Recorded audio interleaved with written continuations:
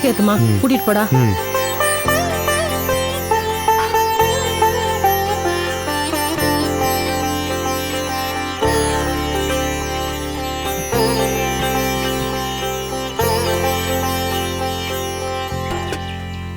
என்னப்பா கோபி, பொருள் எல்லாம் கரெக்டா வந்திருக்கா? எல்லாம் கரெக்டா இருக்குங்க. இல்ல, 1க்கு 4 தடவை பார்த்துட்டா எல்லாம் நல்லபடியா இருக்குமே. மண்டபத்துல எல்லாத்தையும் செக் பண்ணிட்டு தான் எடுத்து வச்சிருக்கேன். சரி சரி, நானும் ஒரு தடவை பாத்துக்கிட்டுமா? பாருங்க. மண்டபத்துல ஒரு பெரிய அண்டா பார்த்தனே, அது இங்க காணுமே. மண்டபத்துல மறந்து விட்டுட்டு வந்துட்டீங்களா, இல்ல அண்டாவை காட்டுற மாதிரி காட்டி உங்க வீட்டு பொருளோட எடுத்துட்டு போயிட்டீங்களா? இப்பதான் உங்க வீட்டுக்குள்ள இறக்கி வச்சிருக்கீங்க. அப்படியா? சரி சரி. மெத்த மேலால பார்க்க நல்லா தான் இருக்கு. நல்ல இலவம் பஞ்சான்னு பார்த்து வாங்கினியாப்பா? பிரிச்சு பாத்தீங்கன்னா தெரியும். வாய மூடுறி. என்ன தம்பி இது, காசை கொடுத்து வாங்குறீங்க, ஏதாவது டம்மி பீஸா வாங்கி இருக்க கூடாதுன்னு தானே கேக்குறேன். அண்ணன் எல்லாத்தையும் செக் பண்ணிட்டு தான் எடுத்து வச்சாரு. படுத்து உருண்டே பாத்துட்டேன், பக்காவா இருக்கு மெத்த. சரி சரி, நான் எதுக்காக சொல்ல வரேன், இவ்வளவு கஷ்டப்பட்டு எல்லாம் வாங்குறோம். இந்த காலத்துல ஏமாந்தோன்னு வச்சுக்கோங்க, நம்ம தலையில மிளகா அரைச்சிருவாங்க. யாரு உங்க தலையில? கொஞ்ச நேரம் வாய மூடுறியாடி. இவ ஒருத்தி பெரியவங்க பேசும்போது இடையில பூந்து நான் என்ன ஊதுற மாதிரி ஊதிட்டு கிடக்குறா. பின்னனுங்க, எத்தனை வாட்டி தான் செக் பண்றது? மண்டபத்திலேயே உங்க வீட்டுக்காரர் செக் பண்ணிட்டாரு, வண்டியில ஏத்துறதுக்கு முன்னாடி கோபியனும் செக் பண்ணிடுச்சு. சும்மா 1008 கேள்வி கேட்டுக்கிட்டே இருக்கீங்க. என்ன நீ விட்டா ஓவரா வாயாடுற? ஏய், மண்டபத்துல இருந்து வீட்டுக்கு வரதுக்குள்ள ஏதாவது ஒரு பொருள் காணாம போயிருந்தா நீ அடி வந்து தருவ? இதெல்லாம் சம்பாதிக்க உங்க அண்ணனும் அப்பாவும் எவ்வளவு கஷ்டப்பட்டிருப்பாங்க. புரியுதுங்க, ஏதாவது பேசி இந்த இடத்துல உங்க பவர் காட்டணும், அவ்வளவுதானே? நல்லா காட்டுங்க. ஏய், எங்க வந்து யார்கிட்ட பேசுறோம்னு தெரிஞ்சுதான் பேசுறியா? ஓவரா வாயாடுன பலார்னு அரைஞ்சிரும், ஜாக்கிரதை. ஏங்க, இந்த பொண்ணு இவ்வளவு வாயாடுது, பாத்துட்டு சும்மா நிக்கிறீங்க? ஆமாங்க, அவ ஏன் பொண்ணு மாதிரி இல்ல, கொஞ்சம் படபடன்னு பேசுவா. உங்க பொண்ணு மாதிரி. உங்ககிட்ட போய் நான் கேட்டேன் பாருங்க, என்ன சொல்லணும். உள்ள வாங்க. தாயினி, நீ வாயை கொஞ்சம் கண்ட்ரோல் பண்ணி பேசுமா. நீ எதை பேசினா நம்ம மகேஷ் தான் பாதிக்கும். மகேஷை போட்டு படித்து எடுத்துருவாங்க. பாத்துமா ப்ளீஸ்.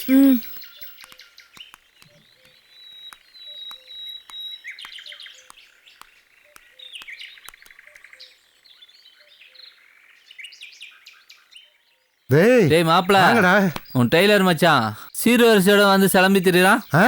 நிறைய சீர்வரிசை எல்லாம் கொண்டு வந்திருக்காருல. டேய், அவங்க வீட்டுல நம்மள எப்படி நடத்த மறந்துட்டியானே நீ? டேய், அவங்க வீட்டுல பண்ணதுக்கு பாவம் இவர் என்னடா பண்ணுவாரு? இவர் என்ன பண்ணுவாரா? நாமெல்லாம் அவங்க வீட்டுக்கு போறப்ப எவ்வளவு இன்சல்ட் பண்ணி அனுப்புனாங்க. அவங்களோட குறைஞ்சவனா நீ? டேய், பொண்ணை கொடுத்த அவன் பணிஞ்சுதான் போனோம். இப்படியே விட்டவன் தலையேறி உட்காந்துருவான். கல்யாணத்துக்கு அப்புறம் அவனை பாத்துக்கிறேன்னு சொன்னல, இப்ப முடிஞ்சிச்சு. இப்ப நீ என்ன பண்ற பாக்குறேன். இப்ப என்ன, கோபியை வீட்டுக்குள்ள விடக்கூடாது, அவ்வளவுதானே? இப்ப பாருங்க. என்ன மச்சான், எல்லாம் இறக்கி வச்சாச்சா? ஒரு வழியா பெரிய கடமை முடிஞ்சுங்க. வீடு வரைக்கும் வந்து சீர்வரிசை எல்லாம் இறக்கி வச்சிருக்கீங்க, ரொம்ப சந்தோஷமா இருக்கு. உங்களுக்கு தெரியாது ஒண்ணுமில்ல, ஊர் வழக்கப்படி கல்யாண பொண்ணுக்கு துணையா ஆம்பளைங்க வந்து வீட்டுல தங்குறது இங்க வழக்கம் இல்ல. அதுக்காக உங்களை நான் உடனே கிளம்புங்க நான் சொல்லல. முறைன்னு சொல்றாங்க. முறைய பத்தி உங்களுக்கு நான் சொல்ல வேண்டிய அவசியம் இல்லை, அதனால இப்பவே கிளம்பிடுங்க.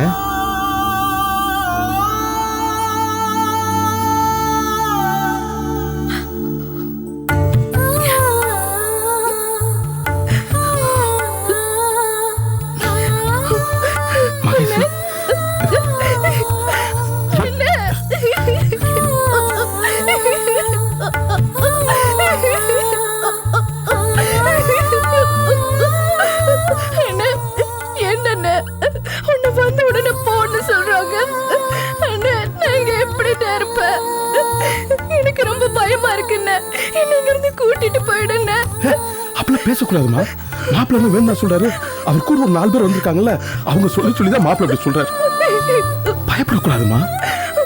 அண்ணே, அப்பாவா வீட்டுல எல்லாரையும் விட்டு பிரிஞ்சு வந்ததையே என்னால தாங்கிக்க முடியல. அண்ணே, இன்னைக்கு ஒரு நாள் மட்டும் என் கூட இருங்க அண்ணே, ப்ளீஸ். உங்க கூட புஷ்பாத்தா இருக்காங்க, ராகினி இருக்கு, மனோரஞ்சிதாக்கா இருக்காங்க, அவங்களாம் இருக்காங்கல்ல. நான் இருக்க கூடாதுமா. கிளம்பல நல்லா இருக்காதுமா.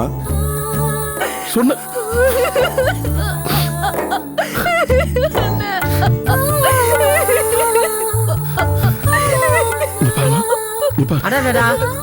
என்ன நீங்க பயங்கரமான குடும்பமா இருப்பீங்க போல இருக்கு.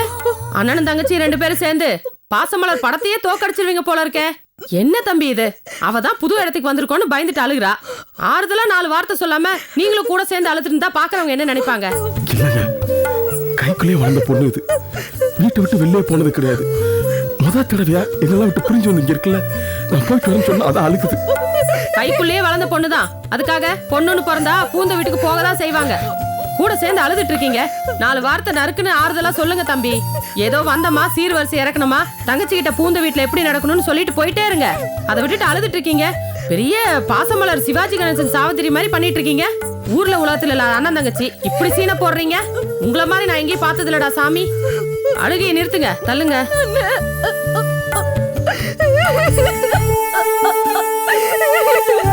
இங்க பாரு, இது எல்லா இடத்துலயும் இருக்கிறதா, புரியுதா?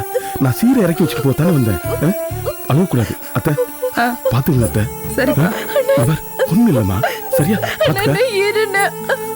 அதான் இவங்கெல்லாம் இருக்காங்கல்ல, சொல்லுங்க நாளைக்கு வரேம்மா, நாளைக்கு வரேன், புரியுதா? இப்ப சொன்னா கேளுமா.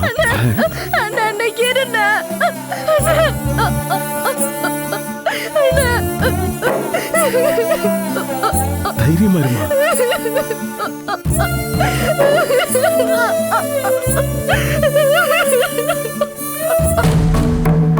டாக்டர், பேஷண்ட்டுக்கு நீங்க யாரு? நான் அவன் ஃப்ரெண்டு டாக்டர். அவங்க அப்பா அம்மாவுக்கு இன்ஃபார்ம் பண்ணியாச்சா? இனிமேல் தான் இன்ஃபார்ம் பண்ணோம் சார். இது யாரோ அடிச்சு போட்ட மாதிரி இருக்கு. போலீஸ் கேஸ் ஆயிடுச்சுன்னா எங்களுக்கு தான் பிரச்சனை. அதெல்லாம் ஒன்றும் வராது டாக்டர். எப்படியாவது அவனை காப்பாத்துங்க. எவ்வளோ செலவானாலும் பரவாயில்ல, நான் பார்த்துக்கிறேன் டாக்டர். ட்ரீட்மெண்ட்டை ஸ்டார்ட் பண்ணா பின்னாடி எங்களுக்கு தான் ப்ராப்ளம் வரும். இல்லை டாக்டர், அவனுக்கு ரொம்ப க்ளோஸ் ஃப்ரெண்ட், எனக்கு ரொம்ப வேண்டிய ஃபேமிலி. எந்த பிரச்சனையும் வராது, அதுக்கு நான் உத்தரவாதம் தரேன். சீக்கிரமா கொஞ்சம் ட்ரீட்மெண்ட்டை ஸ்டார்ட் பண்ணுங்க டாக்டர். சரி, ட்ரீட்மெண்ட்டை ஸ்டார்ட் பண்றேன். அவங்க பேரண்ட்ஸ் வந்து 2-3 இடத்துல சைன் பண்ண வேண்டியிருக்கு.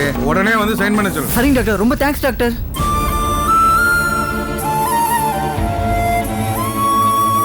என்னடா இது அநியாயமா இருக்கு? அந்த வீட்டுல உள்ளவங்க எல்லாருமே அப்படித்தானா? மனுஷங்களை மதிக்கவே மாட்டாங்களா? வீட்டுக்கு விருந்தாளியை பண்ண உடனே இப்படி அவமானப்படுத்தி அனுப்பிச்சிருக்காங்களே. மாப்பிள்ள பழைய கோவத்தை மனசுல வச்சுட்டு அப்படி நடந்துட்டு இருக்காரு போல. என்னண்ணே அது பழைய கோவம்? உனக்கு தெரியாதா மயிலு? அவரு 4 சிநேகிதனை கூட்டிட்டு மகேஷை பார்க்கணும்னு இங்க வந்தாரு. இவங்க நான் இல்லன்னுட்டு பார்க்க முடியாது, அதெல்லாம் எங்களுக்கு வழக்கம் இல்லைன்னு சொல்லி அனுப்பிச்சு வச்சுட்டாங்க. அது அவங்களுக்கு ரொம்ப கோவம் வந்துருச்சு, வருத்தம் ஆயிருச்சான். அந்த அம்மா கூட போன்ல சொல்லிச்சேன். அத மனசுல வச்சுட்டு தான் கோபிட்ட அப்படி நடந்துட்டு இருக்காங்க. ஐயோ ஐயோ, அதுக்கு இதுக்கு என்னங்க சம்பந்தம் இருக்கு? கல்யாணத்துக்கு முன்னாடி நம்ம மாப்பிள்ள 4 வயசு பசங்களை கூட்டு வந்து நம்ம பொண்ணை பார்க்கணும் சொன்னாரு. நம்ம முடியாதுன்னு சொல்லிட்டோம். ஆனா நம்ம பிள்ளை முறைப்படி கல்யாணம் ஆகி அந்த வீட்டுக்கு உறவுக்காரன போயிருக்கா. அந்த வீட்டு தங்க கூட சொல்றதுக்கு என்னங்க இருக்கு? நியாயமே இல்லைங்க. என்னை தங்க வேணாம்னு சொன்னதுல எனக்கு எந்த வருத்தமும் இல்லம்மா. ஆனா மகேஷுக்கு முன்னாடி என்னை அவமானப்படுத்தினாங்க. அதை தாங்க முடியாம மகேஷ் அழுதுருச்சு. நானும் மகேஷ் அழுதுட்டு இருக்கிற பார்த்து அந்த அம்மா அவ்வளோ எனக்கு மகேஷ் அழுதுட்டு இருக்கும்போது அங்கிருந்து கிளம்பி வந்த பாருங்க, அதுதான் கஷ்டமா இருக்கு. இதுதான்டா நம்ம சமூகத்துல நடக்கிற கொடுமை. அழகா சிரிச்சுக்கிட்டு சந்தோஷமா இருக்கிற நம்ம பொண்ண எங்கோ ஒரு சூழ்நிலையில கொண்டு போய் வைக்கிறோம். அங்க இருக்கிறவங்க அவளை புரிஞ்சுக்கிட்டா சரி, புரிஞ்சுக்கலன்னா பாவம் திருவிழால தொலைஞ்சு போன குழந்தை மாதிரி முழிச்சிட்டு இருக்க வேண்டியதுதான். அப்படிதான் இருக்கு மகேஷ் அங்க. பெரியப்பா, இப்படி அங்க போய் அவஸ்தைப்படுறதுக்காகவா கஷ்டப்பட்டு கடன் வாங்கி கல்யாணத்தையும் பண்ணி ஆசீர்வாதம் பண்ணி அனுப்புறீங்க? 100ல 1 வார்த்தை பாது. இதே கேள்விதான் எனக்குள்ள 1000 முறை நான் கேட்டுட்டு இருக்கேன். புரிஞ்சுக்கிட்டு நடந்துக்கிற புருஷன் அமைஞ்சா சரிமா? எத்தனை பேருக்கு அப்படி அமையுது? அப்போ பெரியவங்க பார்த்து வைக்கிற கல்யாணமே ரிஸ்கா பெரியப்பா? தெரியலம்மா, எனக்கு சொல்ல தெரியல. ஏன்னா நம்ம அமைப்பு அப்படிதான் இருக்கு.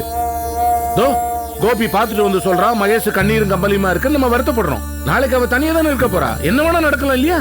அவன் நமக்கு சொல்லுவாளா? ஐயோ பெத்தவங்க வருத்தப்படுவாங்கன்னு சொல்ல மாட்டா இல்லையா? அதுக்கு தான் சொல்றேன் மயிலு, குழந்தைகளை சந்தோஷமா வச்சுக்கடா. ஏன்னா நம்ம வீட்டுல இருக்கிற வரைக்கும் தாண்டா அதுங்களுக்கு சந்தோஷம். இன்னொரு இடத்துக்கு போனா அதுக்கு எப்படி இருக்குமோ தெரியாது. பாக்குறல்ல, மகேஷ் போன முதல் நாளே கண்ணீரும் கம்பளியுமா இருக்கு. தயவு செஞ்சு இனிமேலாவது பரமகுட்டியும் காமுகுட்டியும் அன்பா நடந்துக்கடா.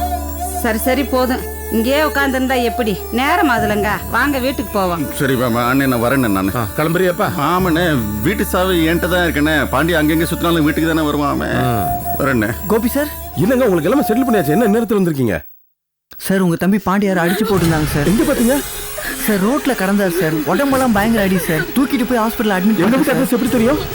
தகவல் சொல்லலாம், அவங்க வீட்டுக்கு போயிருந்தாங்க. வீடு பூட்டி இருந்துச்சு. பக்கத்து வீட்டு இருக்கவங்க தான் உங்க அட்ரஸ் கொடுத்தாங்க. ஐயோ, பாண்டியா யாரதான் அடிச்சிருப்பாங்களோ? தெரியலங்க. வாங்க ஆஸ்பத்திரி போலாம். மயிலு, 1000 தான் அயோக்கியனா இருந்தாலும் மனசு பதறுது. எனக்கே பதறுதேடா. சரி, இங்க இருந்து பேசிட்டு போனோம். வாங்க வாங்க வாங்க. பெரியப்பா நாங்களும் வரோம் பெரியப்பா. இல்ல குழந்தைகளா, நீங்க இங்கே இருங்க, நாங்க வந்து தகவல் சொல்றோம்.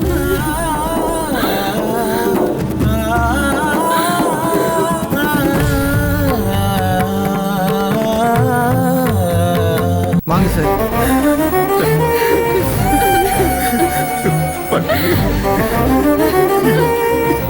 நூத்தி ஆறுல இருக்கிற பேஷண்ட்டுக்கு டேப்லெட்லாம் கொடுத்தாச்சா? யார் நீங்க?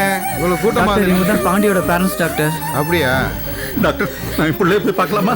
எப்படி இருக்கான் டாக்டர் அவன்? இப்பெல்லாம் பார்க்க முடியாதுங்க. ஐயோ டாக்டர், என் பிள்ளை பாண்டிய பார்க்க முடியும்.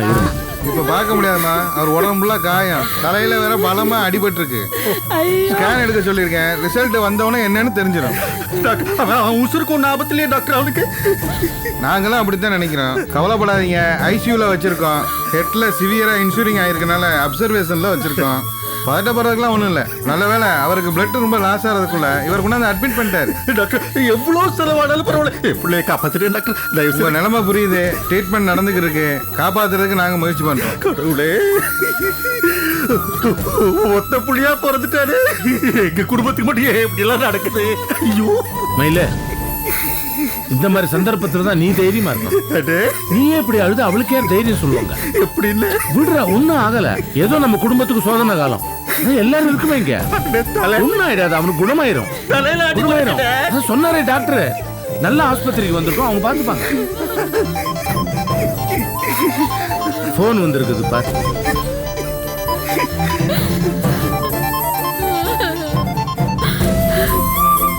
ஹலோ ஹலோ அம்மா, நான் மகேஸ்வரி பேசுறேம்மா. எப்படிமா இருக்கீங்க? நல்லா இருக்கேம்மா. உங்க வீட்டுக்காரர் எப்படிமா இருக்காரு? நீ எப்படிமா இருக்க? என்னாச்சுமா? நீங்க ஏன் என்னமோ மாதிரி பேசுறீங்க? இங்க பாண்டி ஆஸ்பத்திரியில சேர்த்திருக்கோமா. என்னது? பாண்டி என்னடா ஹாஸ்பிட்டல்ல சேர்த்திருக்கீங்களா? என்னமாச்சு?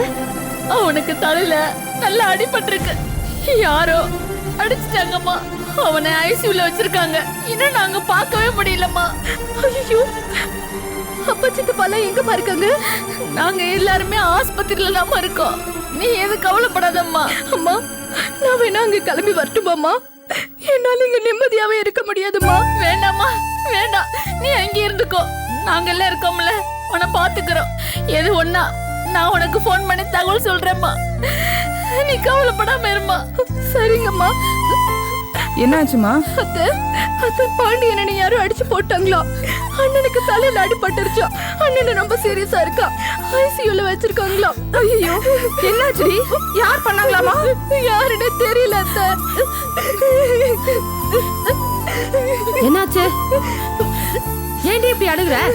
சொல்லி தொலை. பாண்டி அண்ணனுக்கு அடிபட்டிருக்கா. அண்ணன் ஹாஸ்பிட்டல்ல சேர்த்திருக்காங்களா? உங்க வீட்டுல இதெல்லாம் புதுசா? ஆளை கடத்துறது, அடிதடி சண்டைக்கு போறது, போலீஸ் ஸ்டேஷனுக்கு போறது, இதெல்லாம் சகஜமா நடந்துட்டு தானே இருக்கு. அதுக்கா இப்படி அழுதுட்டு நிக்கிற?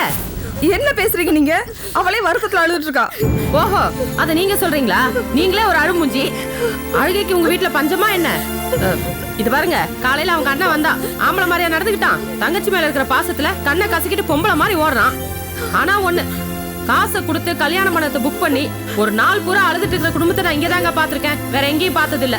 இத பாருங்க, வந்ததுல இருந்து அழுதுகிட்டே இருக்கா. இப்படி இருந்தா குடும்பம் நல்லா விளங்கிடும். இந்த பாருங்க, ரொம்ப பேசாதீங்க. அவங்க சூழ்நிலை பொறுத்து அழகா செய்வாங்க.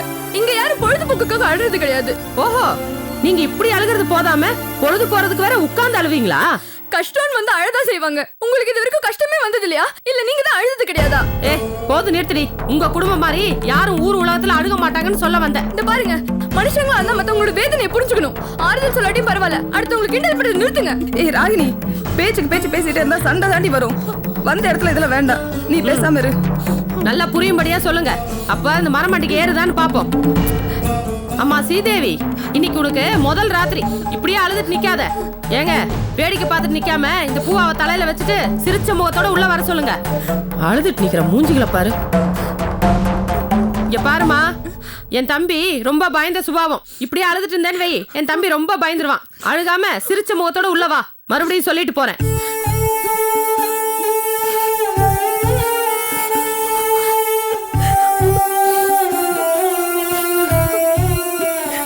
இங்க பாரு மகேஷ், அவங்க சொன்னது எதையும் மனசுல வச்சுக்காத. சந்தோஷமா வாழ்க்கை ஆரம்பி. என்ன போ.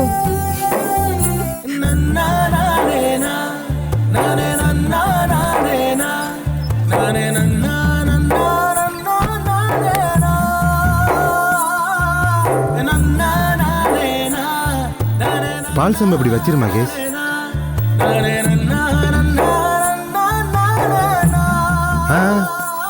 எனக்கு இந்த ஃபார்மாலிட்டிஸ்லாம் பிடிக்காது. இப்படி வந்து உட்காரு.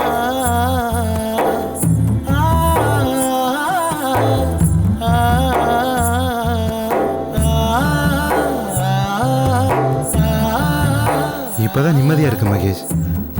ஒரு வழியா எல்லா பிரச்சனையும் முடிஞ்சு போய் கடவுள் புண்ணியத்துல நம்ம கல்யாணம் நல்லபடியா முடிஞ்சது. கடவுள் புண்ணியமா? காசு புண்ணியம்னு சொல்லுங்க.